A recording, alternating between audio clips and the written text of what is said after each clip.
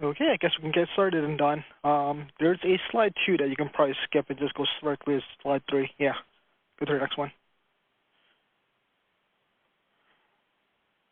All right. Hello, everyone. My name is Ketsia. I'm joined here today by my colleague, Don Bork. In case you didn't notice, I did change teams. I am now part of the product management team. Looks like Don and I are not destined to be working on the same team at Netapp here. So, but today we'll be talking about the operational best practices with OCI. So last time we met, we talked about what are some of the challenges that, as an IT administrator, would face as they're using the different tools and how OCI can help you out. So today we're going to be talking about the best practices around OCI and how that can actually help you become a lot more efficient with your day-to-day operations. Don, if you want to just quickly introduce yourself.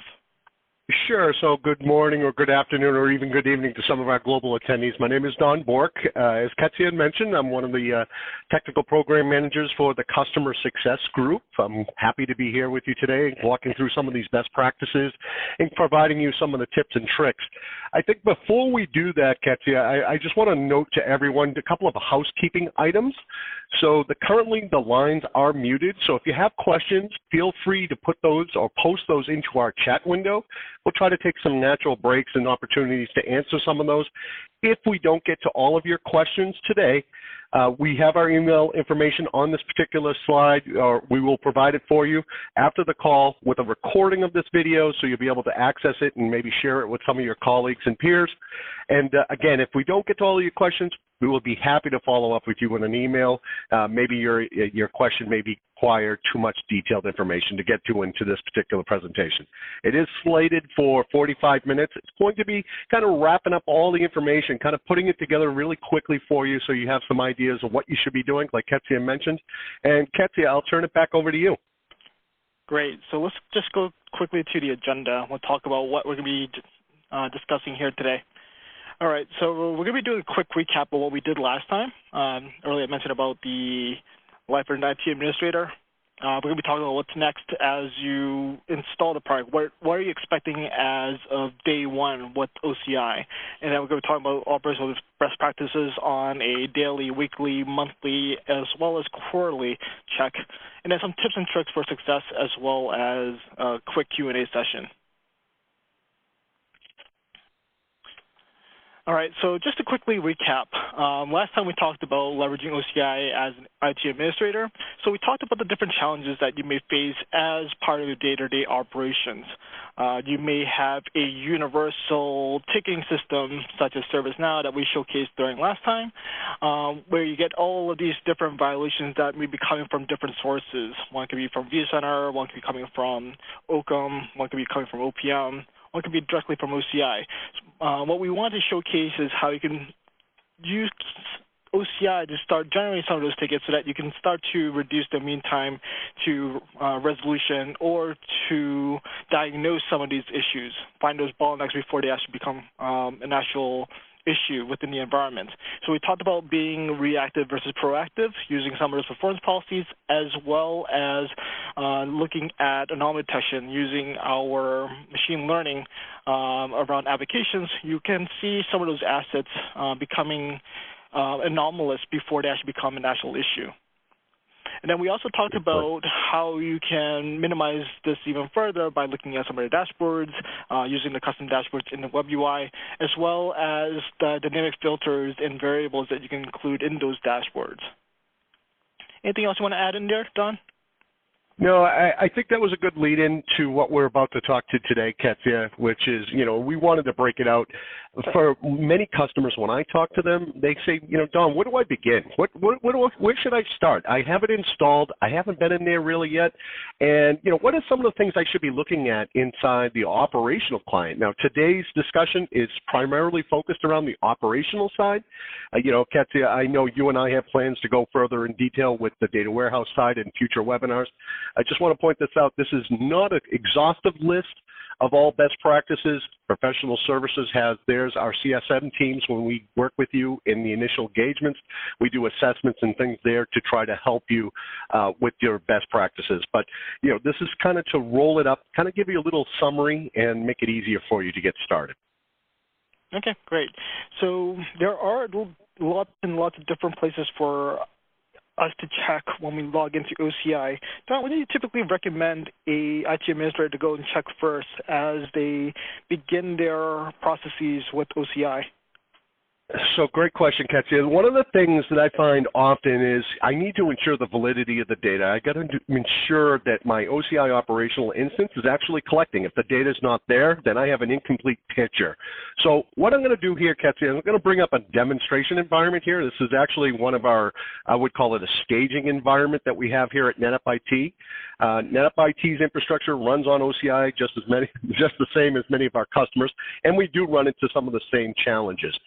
Essentially, we need to ensure the health of this operational server is functioning properly so we can get the most bang for our buck. So I'm going to show you some things in the health here. And so as an operation or an IT administrator, I want to make sure I have no health issues. And I can see here under the admin tab, I have these red dots here. These are all bringing my attention to issues with my current discovery in this environment. I need to get these corrected. I need to get them corrected quickly to ensure that I have a complete picture. So I'm going to go over to the health pane here, and this is something that, it's probably not the most sexy portion of the product, but it's definitely one of the most important pieces, as I mentioned, because you need to make sure that you're discovering your environment and it's healthy to begin with. So you can see here under System Health, Katya, we have a lot of different things that we're looking at, and this could be the sizing of the OCI servers. So do we have enough resources allocated to them? This is memory, this is CPU, this is disk space. Often we see that these will change over time. Customers initially deploy a small portion of their environment. Then when they start leveraging the capabilities and the features and the discovering new use cases, they start to deploy against more and more infrastructure. So it's important to go back here and ensure that you're actually sized appropriately here in your environment, that you're able to collect the data. Now, performance is a funny thing, right? So we need to be able to get the performance back from your infrastructure in a certain period of time. It's the Heisenberg theories or principles. You need to collect the data within a certain amount of time before you go off and send new requests to get additional data. So part of that is the resources that are available or I would say assigned to OCI, ensuring that we have reservations made. This is all stuff that is done in the initial setup and deployment, but should be periodically checked to make sure that you're not having any issues because of all of a sudden someone deploying a large workload or a large number of data sources to this OCI instance. You can see here we have an error that's been indicated here for our data warehouse. So the data warehouse ETL or extract, transform, and load process is successful, but we have some custom scripts that are failing to perform in this particular instance. So if my reports or maybe some of the, I would say the dependencies of how fresh the data is required from this script, I want to ensure that I get this corrected quickly. Opening a support ticket, talking to my customer success manager, seeing how I can get these things escalated, very, very important. Does that make sense, Katya? Yep. And just to make a little note about the script itself. So this is a little portion within the data warehouse as of, I believe, 7.2.3, where we actually allow you to import a script into the data warehouse. Before then, what you had to do was basically just create a Windows job and just have that scheduled out. But then as a result, what happened was there are some cases where that script may conflict with the ETL process, and as a result, it would cause the data warehouse to fail. So by having that associated with the data warehouse directly, it queues that job after the ETL is completed. So that's what that error message means. Yeah, great point. So this is just one aspect, and these are the health, essentially the resources, some of the internal workings to OCI. Not expected necessarily for you to know how to fix these, but just to keep an eye on them and then maybe open a support case to help get these issues resolved. The error handling or the notification of what the type of event is happening is rather robust, but if you need assistance, absolutely open up a support case to figure out how we can help you resolve these issues. Now, this is the administration portion, but there's more about that. And as I mentioned, data sources. So if you're in this dynamically agile, dynamic hybrid IT data center where things are constantly moving around, you could run into the potential risk of data source failure.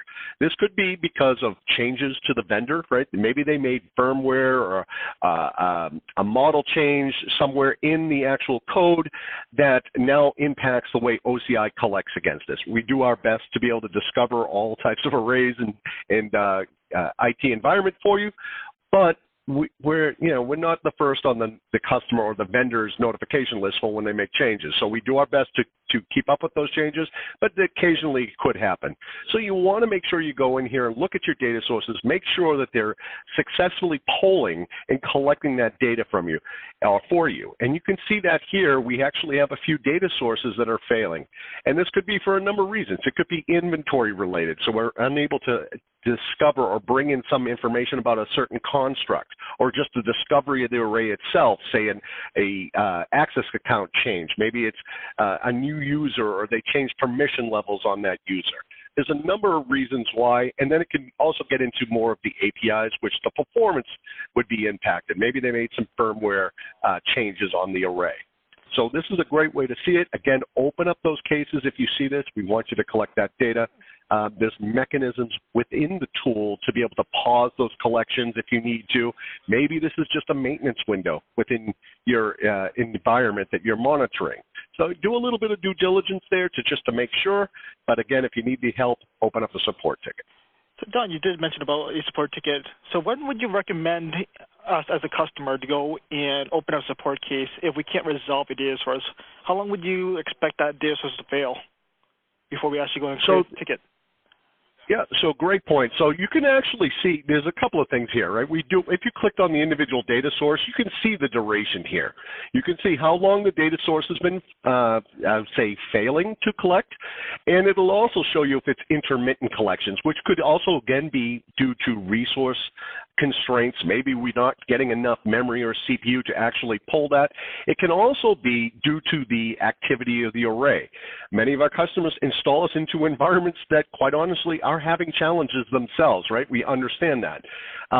OCI it's not an intrusive product, so we're going to wait patiently for the array to respond back to us with the information. If it's overloaded or saturated and just can't simply do that, we'll kindly wait till the next collection period. We're not going to brute force the information out of your devices. So there's a couple of reasons why this could be happening in this particular environment. What I would do is notify or open up a support ticket or contact your customer success manager to have them assist you in doing so. They can help you track and escalate if need be to ensure that you're getting the right resources aligned to your particular issues. So does that answer your question, Katya? Oh, yeah, definitely. So now that we talked about the data sources, are there other things that we can probably take a look at, maybe doing some sort of backups, or maybe looking at other ways to get information to Netapp more efficiently so that they can look at it more proactively? Yeah, absolutely. So this is something, and we have articles, and I'm going to talk about this in a little bit of detail because it's very, very important, right? So ensuring that your instances are backed up, as well as our auto support features, where it helps us help you. And there's, we have articles on what are the benefits with enabling what we call ASUP, or auto support, and goes through all the security concerns that you may have. What type of data is being transported? What is the purpose of that data? So any concerns that your organization may have regarding enabling this feature, it really is for your benefits. We're not utilizing this data. And what it does is help you get your incidents resolved quickly. We have the data at hand. Of course, if you have an outage, there's no data to obtain. So, without that auto support enabled, it makes it a little difficult for us to be able to tell what happened in that type of scenario. So having the ASUP is definitely a benefit to you. And also what it does is enable our product management. So we can see the types of devices that our customers are using, not the information per se on them, but the types of models. And it helps us prioritize our efforts in bringing you new features. And we want to do that for what products our customers are using. So if you hide that from us, you're really hurting yourselves, because then we won't know you're using it, and then we'll have probably more prioritization on other products. So let me jump into an area to show you kind of what this looks like. Whoops, sorry. Let me jump in here. So first things first, let me talk about the ACE up here. You can see this is under our Setup tab. We have the ACE up in proxy. It's very easy to enable. In this particular configuration, this is our Netapp IT. I don't necessarily recommend that you send performance data, so I would just simply send the log data in your ACE up. That would be a great option. You definitely want to use the more secure methods, which is HTTPS. That way everything's encrypted over the line. And why I don't suggest performance data initially is, quite honestly, most of our efforts are around data sources. So those devices that you're trying to discover and trying to understand, the logical and physical constructs thereof. We don't necessarily need your performance data unless you were doing maybe having problems or disputing maybe a performance number that we're providing in OCI. Maybe support would ask you to come back here and enable the performance data in a future ACE-up so they could have something to analyze. But otherwise, you can just simply choose the logs in configuration data if you'd like, and then send that off. It's very easy to enable. You simply just click the checkbox there. You can test the connection to make sure that we have the external access to it, and save. Any questions there, Katia? Yep. So let's say HTTPS didn't work for us. Is there a second option that we should look before going on to another one? So there is a couple of things that we have here, right? You see HTTPS, FTP, obviously. Usually the HTTPS is our default method, but it's also the preferred method, the most secure method. We have options to actually back up and send the data as well, right? For not only for your own purposes, but to be able to provide Netapp support if we needed to get that information. Okay. All right, let's go to backup then. All right, so let me show you backups here. So there's two pieces of backups here. So for some of our customers who have been running for a period of time, you may have said, and this maybe you're running on one of the earlier generations of OCI. Maybe you're running 7.0 or 7.1, for example. One of the things that we recently introduced as a product is the expanded performance collections that we do. So we now capture up to 90 days of performance data. And what we've done is added under the backup and archive a new section for the performance archive. And this will ensure that we get those performance backups into this collection. So if you want to ensure that you're getting that 30 days of performance backup into the backup, you want to make sure that you're enabling this checkbox here, and then you can specify the archive location. Actually, here I recommend, obviously putting it somewhere off the default, let's say the local drive. So just specify another location for that, and then you can also do the same thing here for your weekly backups if you're not currently doing so. Any chance you can elaborate a little bit more around what a performance archive is and how it works? So a great question again. So the performance archive, so by default, we're not going to have that performance data in there, that extended or elapsed performance data. So this is the way of getting that data into here, to the backup. Selecting this checkbox will also give you the option to bring in all of that historical performance that I mentioned earlier into a restoration. Does that make sense? Did I miss anything Perfect. that you were trying to clarify? Oh, yeah, okay. Perfect. All right, Perfect. So are there anything else that we need to take a look at from a daily basis, maybe around all those violations that we talked about from the previous? Yeah, so webinar? That brings me to what, I get asked quite often with customers when they first get in here, and they're like, Don, I'm in the product. Where do I go first? Where do I find problems, right? And essentially, that's what they're trying to get resolved quickly. So immediately, I navigate people over to the violation dashboard. Within literally 5 minutes of OCI collecting, you're going to start seeing violations being dragged into this violation dashboard. The custom dashboards that we talked about on the previous webinar, you absolutely can go through and create your own specific violation dashboards using some of the filtering enabled in there, so you can take the violation table and filter it to a specific violation type and so on. But we do have this already pre-built for you in the dashboards. And initially, you may have a handful of policies set up. You can get an idea quickly what types of policy violations am I seeing the bulk of the issues here. So in this particular example, I see VM latency is about 64% of the violations that are occurring in this particular environment. Over here on the right-hand side, I can get an idea of the time of day that these violations are occurring. I'm basically looking at the last hour here in this particular view, but if I expanded it out to the last 24 hours or 7 days, I can see that duration. Do I see most of my violations within from between 3 o'clock and 5 o'clock p.m.? And then lastly, down at the bottom here, I get my violations tables. And usually what I see most people doing is looking for problems or pertaining around latency, right? So they want to come in here, they want to find who their big hitters are. This is, a little bit more, I would say, a tedious process of going through each one of these violations here. So you can use the filtering options to filter out this and get through some of the, I would say, the noise here in the actual dashboard simply by putting a filter here. And now you'll see I only have VM latency issues. I can also do this in a dashboard and basically filter that down even more around specific business entities. And I would say the criticality is one thing, but the business entities or the applications. So I have mission critical applications that I'm concerned with. I'm going to build a dashboard around just that application or those applications. So I can see a lot of VM latency here as well, and pretty sure there's a lot more latency here for other objects, not just for the VMs. But is this a candidate where I may want to do some sort of cleanup? Maybe I want to probably do some changes to my thresholds or maybe change some of the variables. How often would you want me to go and take a look at how I manage my policies that creates these violations? Yeah, so that's something, so that moves more into, I would say, past the day one experience, going through the daily kind of policy violations. That would move us more into I would consider more of a weekly activity. And so let me just jump forward here. I'm going to talk about that in kind of the next piece here. Before I do so, we talked about the dashboards a little bit last time, cleaning it up. One of the best practices here, and I see this, I'm the worst at this. I have 1,000 icons on my desktop, right? On my laptop, there's 1,000 icons and a lot of shortcuts to everything.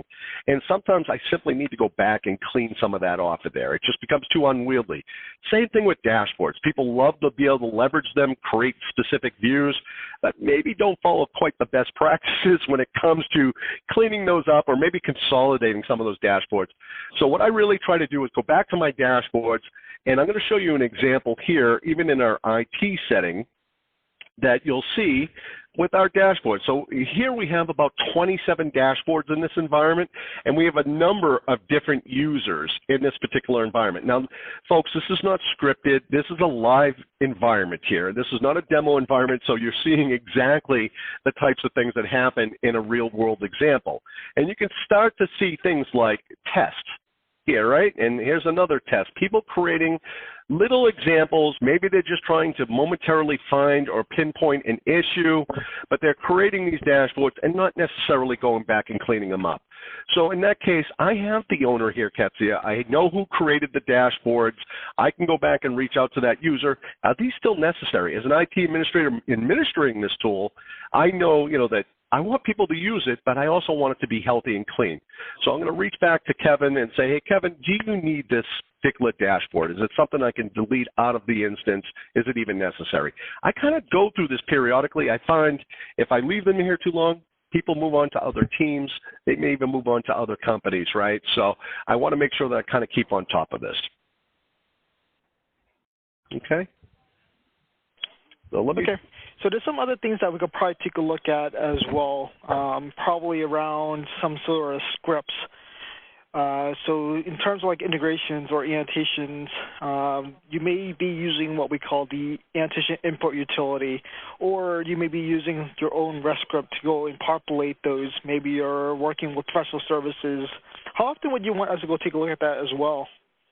Yeah, exactly. That is definitely something that's on part of the data validity, right? So ensuring that the data is up to date, correct, and it's accurate, right? All these things, integration, the costs that we're doing there, the annotation imports to ensure that all your assets are annotated properly. You know, if you worked with professional services, they should have provided you kind of a as-built documentation on what is supposed to be in your environment, what scripts are running. You saw earlier in the data source example that I showed you, or under the health example, under this health example, I actually have a problem here with a script. You know, obviously, Kathy, me and you worked on some of this content, what we'd be discussing, and this just happens to be what's going on today in this environment, right? So it's very important to go back and ensure that these things are operating. That way you're getting, you know, all the correct information, the most bang for your buck. You know, it's also good to, you know, a best practice to have a copy of these, you know, backups of these, and don't have them all locally on one server. Make sure that you know where these are in case there is some type of disaster. You can get back and get these things installed and running and up and running quickly. Okay. The other thing, sorry, go ahead, Katya. No, go ahead. Go ahead. So I was going to say the other. Yeah. I was going to say there's quite a bit of stuff that we need to take a look at, but, you know, as an IT administrator, OCI itself is not really my main priority on a day-to-day basis, right? Are there things I can probably reduce from a weekly or daily basis to, let's say, a monthly basis? There are, you know, so I'm going to show you, before I jump into, I'm going to just hit the last two topics here. There are some things I would do monthly. Obviously, these might vary depending on your environment, right? Some people have, I would say, a very, very docile or stable environment where things aren't really changing too rapidly, and then others, they're basically turning over new storage devices and rolling in leases on and off the floor at you know, a daily basis. So, you know, it really changes based on your environment. We're trying to give you, kind of boil the ocean down here for you, kind of give you some areas to kind of keep an eye on, just to make sure you don't get yourselves in trouble. The CSM training webinars, the newsletters, the video on demand, Netapp University, we're putting on training every single week. So make sure, just like today's webinar, you're joining those. This is complimentary, right? And it's provided to you as, you know, essentially a thank you for being our customers. We want you enabled. We want you to keep your environments healthy. We want you happy with the products that Netapp is providing, not just OCI, but the entire cloud data service portfolio. So we want you to be happy in using this. We're doing our best to provide all that kind of training. The next, it goes into policy management. So Ketsia, you know, when I work with customers and they're all excited and they get all the policies set up like we showed on the last webinar, almost, I would say probably the second thing, they call up and say, Don, I'm drowning here. I'm getting tens of thousands of alerts. You know, what can we do? How can we, you know, kind of control that? So I'm going to show you what we can do that and go through some of those steps here. So let me bring this up here. I'm going to just jump into what I would call the policy engine here. So the performance policies that we have in OCI, you can see in this particular environment, we don't have a lot of policies. Again, this is our staging environment. You potentially could have 100 or more policies defined, and these could be global policies or even policies by exception. So I'm going to show you ways that I do to kind of minimize some of the noise, just kind of going through a mock policy. So here I'm going to create a virtual machine policy for, say, let's say latency. So I'll do machine, latency, and one of the first things, when you come out of the gate, you may not have all your applications defined or annotations. So you want to periodically go back, like I was saying, and kind of revisit this and look to see what types of metadata can you wrap around this to kind of make it a little bit more fine-tuned. in the example last week, I used an annotation called environment. So I'm tagging I'm setting this policy against all VMs that are considered production or sub-production environments. You may also want to go in there and look at other aspects, maybe a particular group or maybe even a location. So putting this into a data center location, all right, these data center assets are going to be alerted, and I want to set a duration. So let's say a first occurrence, everything, usually people say, alert me immediately when I have a latency problem. And then they find out that we're seeing little spikes here and there, and they want to kind of minimize some of that noise. Then you want to start looking at setting a duration. Based on how, I would say, the criticality of this type of object is, I maybe will set it for 5 minutes or 10 minutes. So only alert me if the latency has a sustained duration of 5 minutes or more, or 10 minutes. If I go back at multiple pollings and it's still at 25, 50, 90 milliseconds of latency, now that's when I want to get alerted. So I'm going to set a policy here, and let's be more realistic. Let's say 10 minutes. And then I want to know that if it's been in this 10-minute stage, now it's critical to the organization, and I want to send it off to a specific team. Maybe this is a DL. It being a virtual machine, maybe I want to send this off to my virtualization team so I can add a distribution list here for an email to send it off that group. Now, there's other mechanisms in which we can trigger these, but this is just one. So I don't receive it. I'm the storage guy. I'm not the VMware guy. I want this to go off to the appropriate people so they're aware of the issue. Maybe add myself in here as well, but I'm not going to actively monitor it. Now, as we did last week, Ketsia, I'm going to go in here and create conditional policies. Why? Again, another method to minimize the noise. So I'm going to say, alert me when total latency is greater than, let's say, 50 milliseconds, to be a little insane here. And I only want to be alerted when this VM is actually doing workload. So I'm going to say, pick a number, 20 IOPS. Okay, so now I'm only being alerted on VMs that are actually doing any type of work, not getting alerted on VMs that are suspended or sitting there idle, and they're doing 50 milliseconds of latency. Now, this is an important piece. If any to all?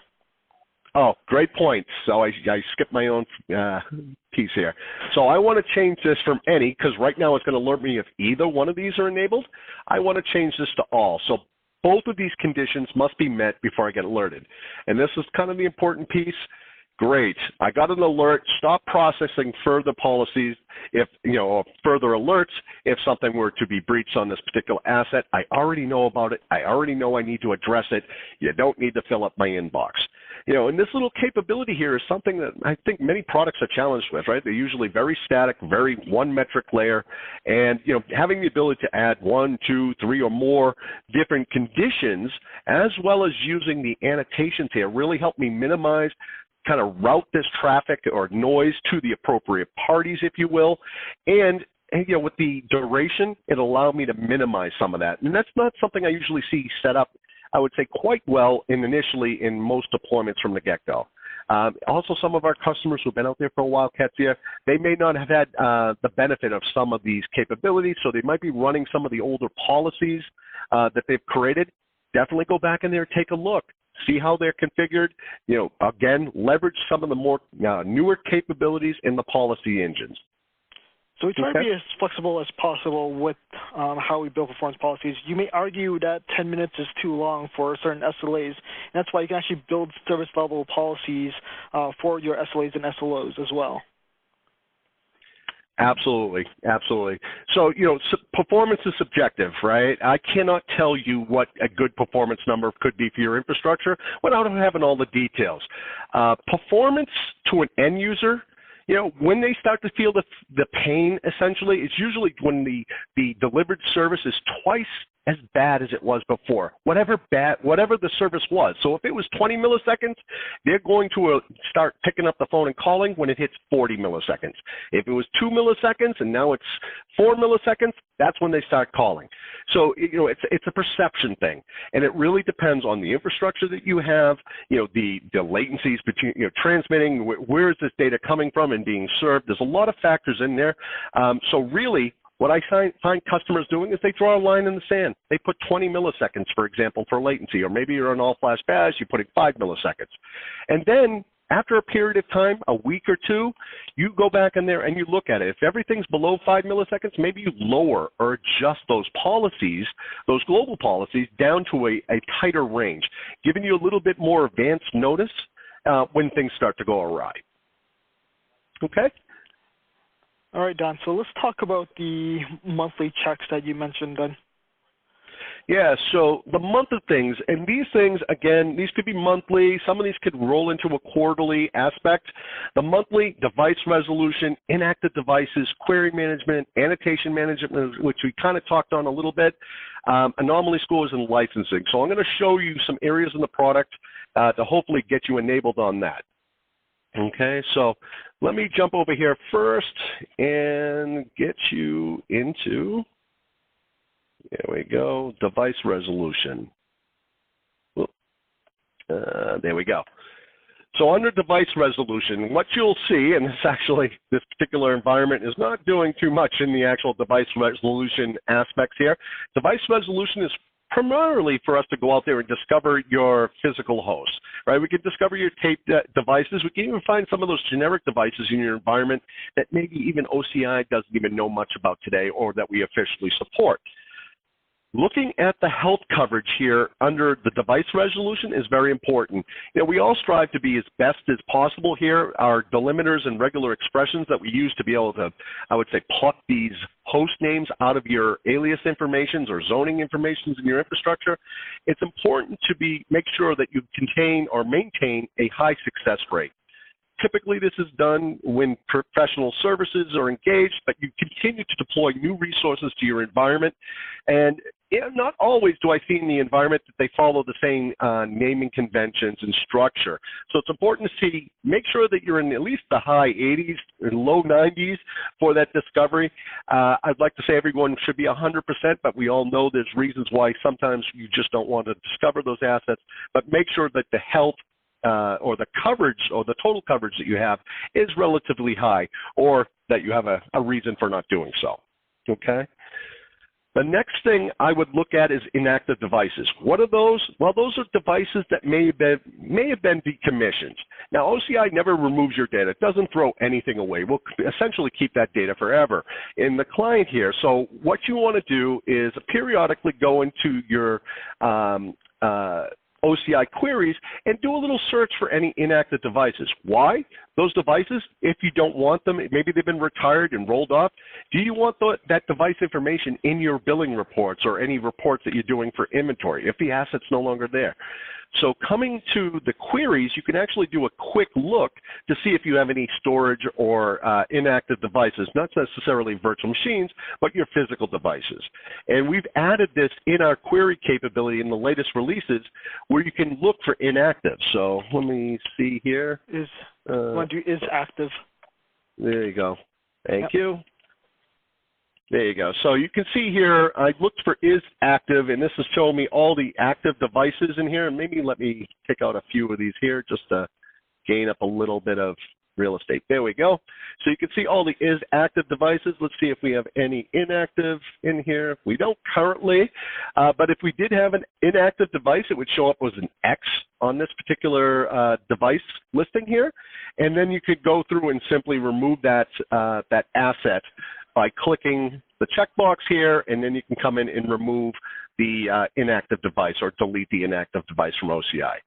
So does that make sense? Any questions from any folks on the call around this little section of the tool?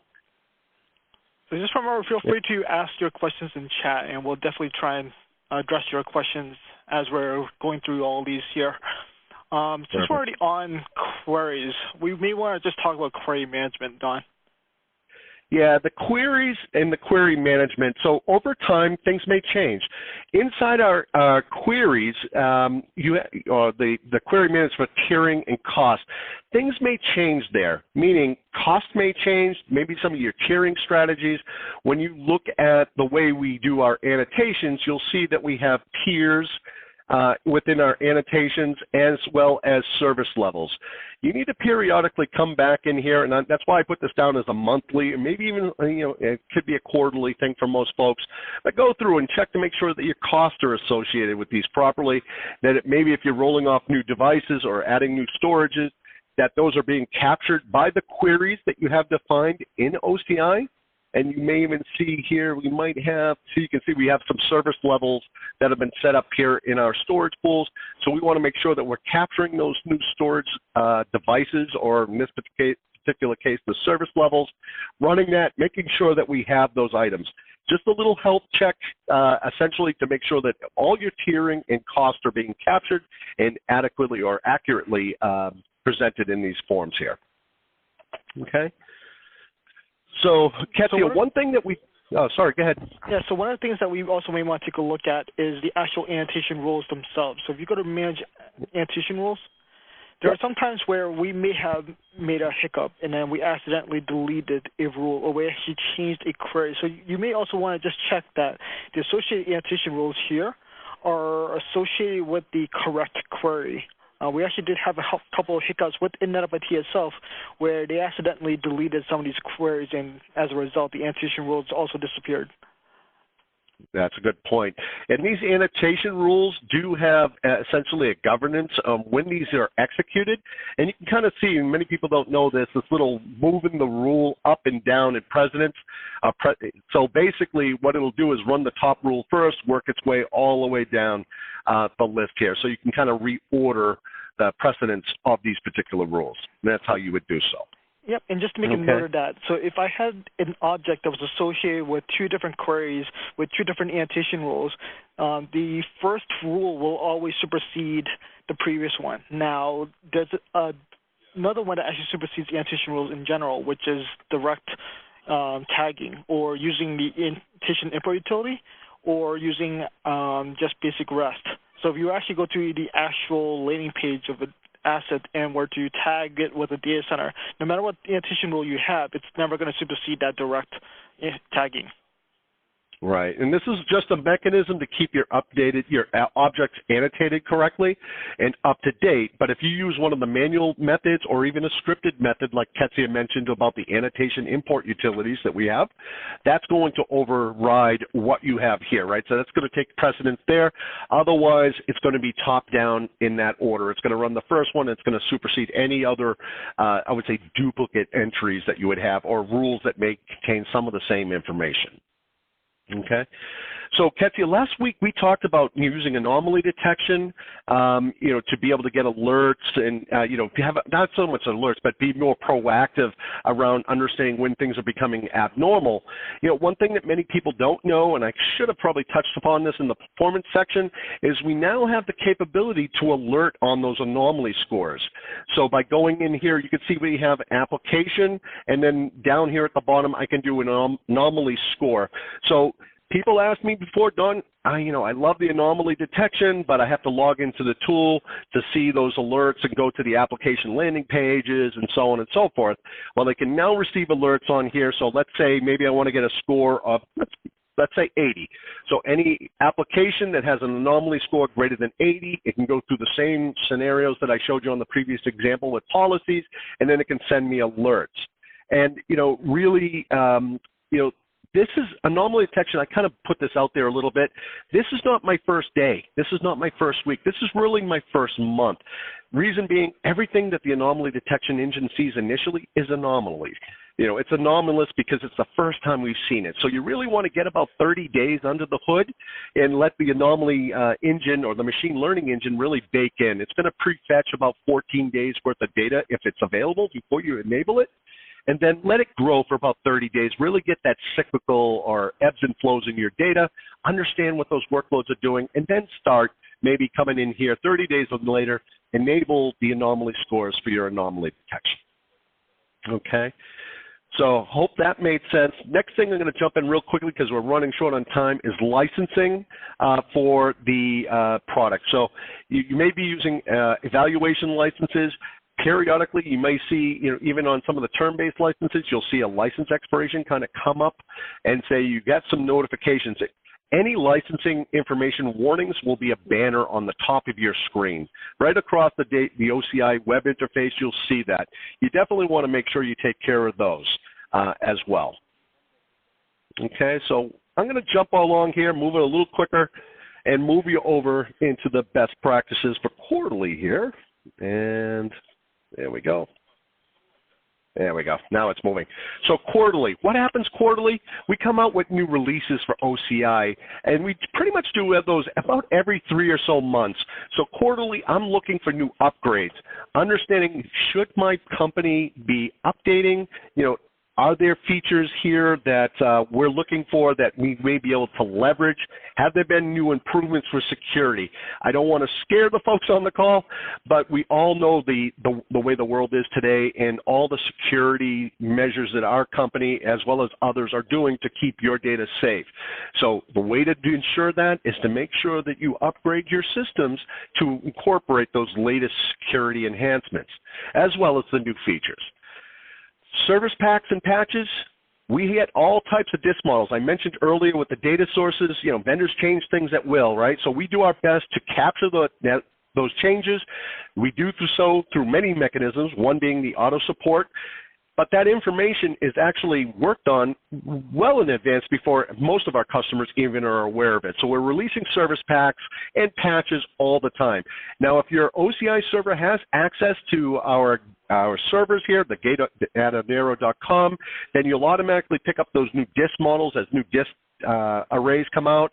You'll get those notifications when service packs and upgrades are available. So, yes, we try to do all this, but you got to make sure that your OCI instance has that capability. You should start seeing those within the first quarter or so, depending on the release cadence, obviously, of OCI service packs. I want to touch real quickly here, Ketsia, before we run out of time, the OCI server health checks. Now, the customer success group, within the first 90 days for a new deployment, typically goes out there and does what we call an assessment, a health check. You want to continue that health check along the way. So you have the information and the power and the education from our customer success group to know the types of things that we were looking for initially to make sure you were optimally configured and healthy. You want to continue that on, use that as a framework along with some of the best practices that I provided here. And the Netapp Automation Store, another great resource for you. And if you haven't seen it, I'm going to take just a moment because I really, really love this store. This is the Netapp Automation Store. You'll see here one product on here, OnCommand Insight. And on this storefront, these are complimentary offerings to you. They're free of charge. They're use at your own risk. They're, as is, without any warranty of any kind. These are, I would say, this is content, whether it be reports, scripts, or integrations that are created by Netapp internal personnel. People such as myself, Ketsia on the call, which you'll see his authoring name on many, many of these reports here.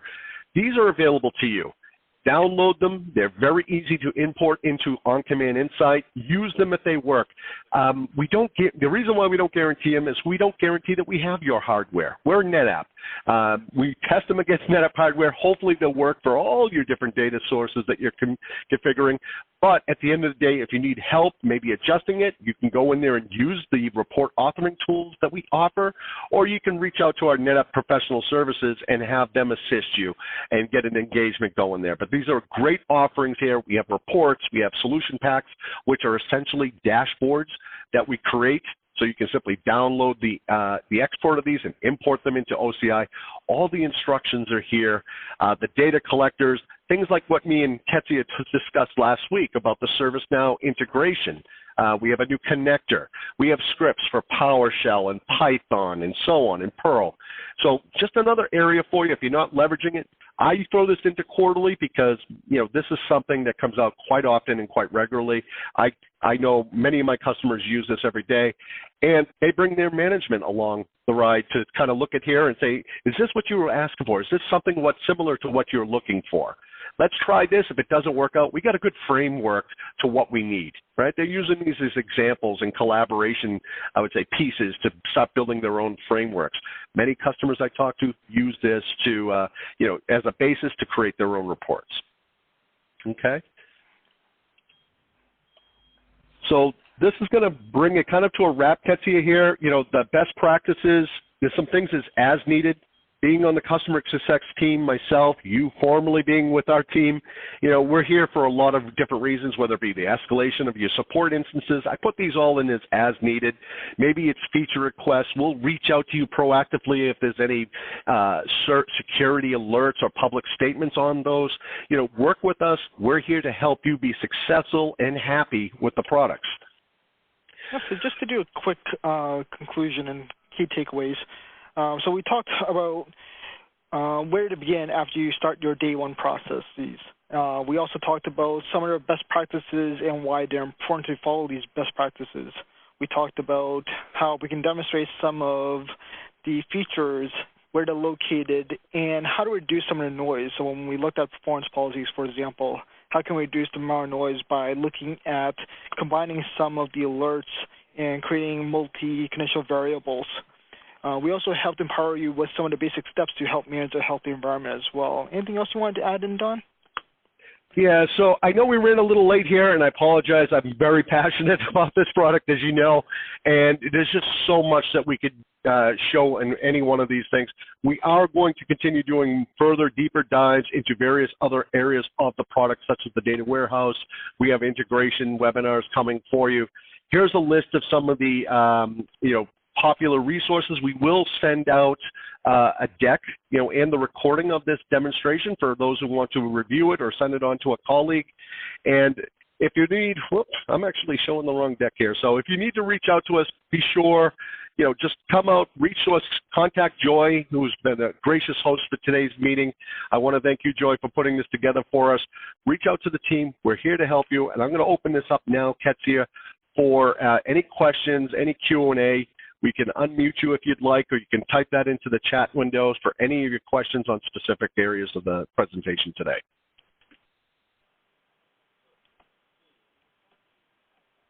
Hi, I have a question. It's like how to find the free slots in the OCI, like free slots in the sense like free slots in a storage, which are not installed, disks are not installed.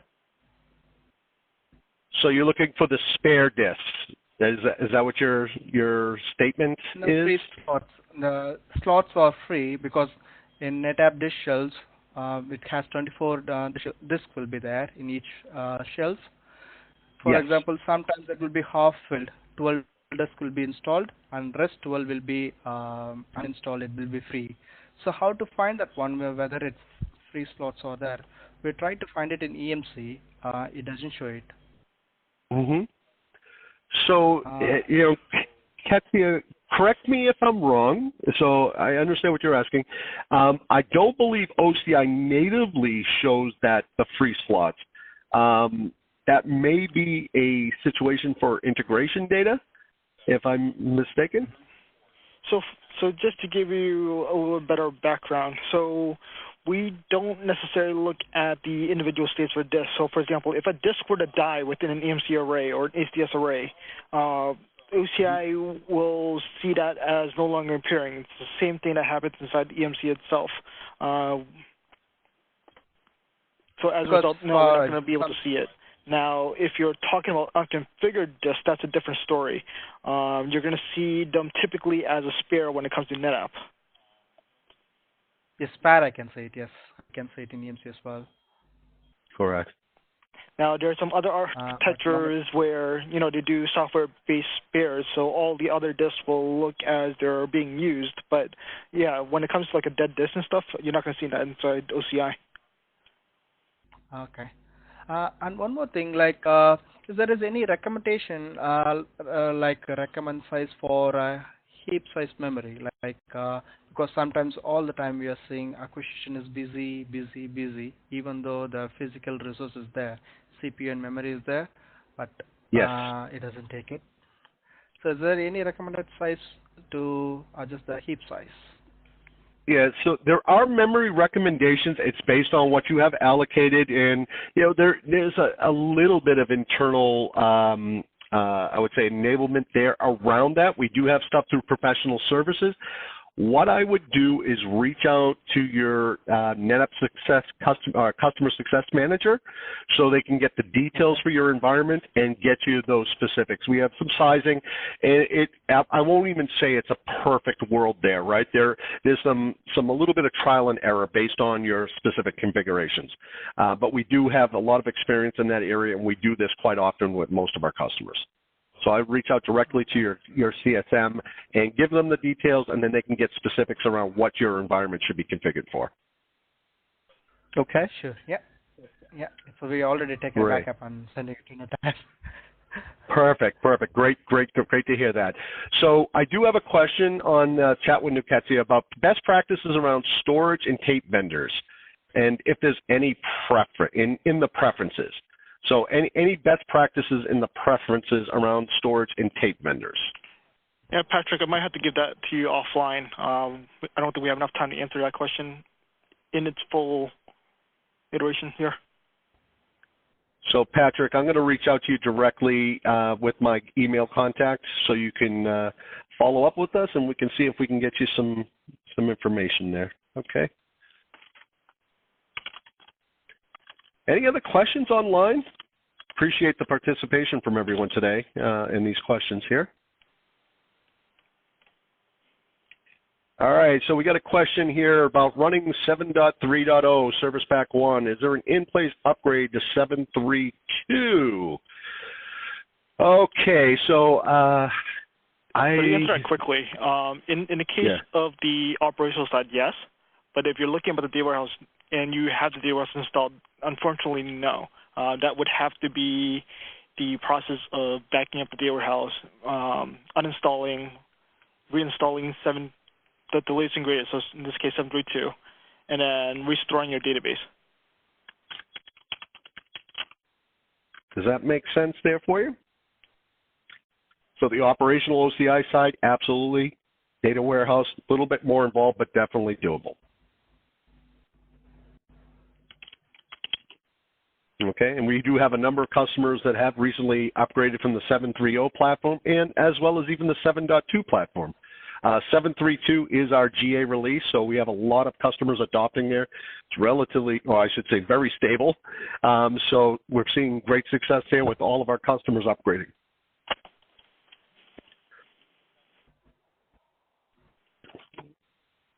So what I'm going to do here is I'm going to post my email to the chat window for everyone. And if you have questions, I will stay on the line a bit longer, and I apologize. I know we ran a bit long here. There was so much content, actually more content than we probably needed. But I will give you my contact information, my email. Please feel free to reach out to me directly and ask your questions, and both Ketsia and myself and the entire customer success group here will do our best to answer those questions, get you that information. Again, a recording of today's session will be available for you. The bullet points that you've seen on the presentation deck, those will be provided as well. And again, I just want to simply thank Joy for hosting today's session. Ketsia, your pleasure as always. I really appreciate your technical depth and expertise in the area. And you, the customer, for taking the time and joining us again yet on another Netapp Customer Success Group webinar. So I'll stop here and keep the lines open for maybe 3 or 4 more minutes here, Joy, if there's any remaining questions. Okay, thank you everyone for joining. I'm going to stop the recording, and then you're welcome to stay on for any last-minute questions with Don. Thank you. Yeah. Hi, Dan. One more question I have. During the upgrade process, that if you're taking the backup, does it take the performance archive as well? So if you check you need to check that box that I showed you earlier to capture that. Otherwise, it's not doing that by default. Correct.